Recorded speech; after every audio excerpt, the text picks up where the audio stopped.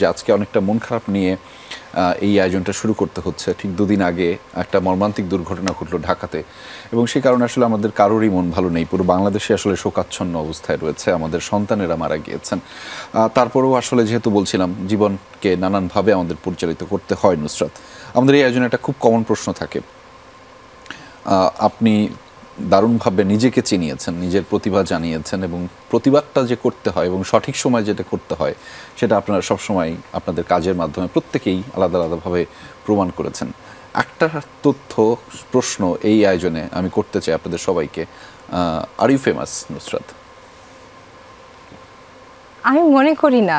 আচ্ছা, কারণ হচ্ছে প্রত্যেকটা মানুষ তার কাজের জায়গা থেকে পরিচিতি লাভ করে এবং ফেমাস হয়।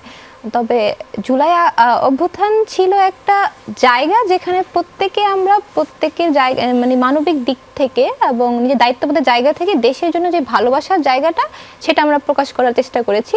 সেইখান থেকে নিজেদের কিছু চিত্র উঠে আসা, সেটা হচ্ছে ঘটনাক্রমে হয়ে যাওয়া। তো যখন আমি নিজের কাজের মাধ্যমে নিজেকে প্রমাণ করতে পারবো যে হ্যাঁ আমি কতটা ক্যাপেবল, তো তখন আমি মনে করবো যে হ্যাঁ আমি ফেমাস। বাট এই মুহূর্তে আমি মনে করি যে প্রত্যেকটা নাগরিকের দায়িত্ব এটা।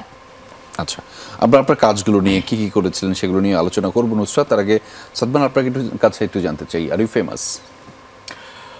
দেখুন ভাইয়া, ফেমাস কি ফেমাস না সেটা তো আসলে ডিফাইন করে আসলে আমাদের এই দেশের নাগরিক বা আমাদের অডিয়েন্স যারা।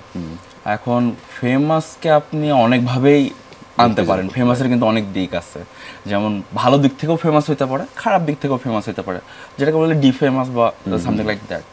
সো এখানে আসলে ফেমাস হওয়ার কিছু নেই বা ফেমাস মনে করার কিছু নেই। আমার যেটা চিন্তা বা আমার যেটা উপলব্ধি এই সব কিছুর পরে, যে আমরা আমাদের কর্মের মধ্যেই কিন্তু বেঁচে থাকি এবং কর্মেই কিন্তু পরিচয়। সো একটা সার্টেন ঘটনা যেটা ঘটেছিল বা যেটা আমরা আন্দোলনের মধ্যে ফেস করছি, সেটা যখন সামাজিক যোগাযোগ মাধ্যম বা বিভিন্ন জায়গাতে উঠে এসেছে, সেইটার বেস করে যদি আমি নিজেকে ফেমাস বলি বা কেউ যদি এটা ভাবে, তাহলে সেটা রং।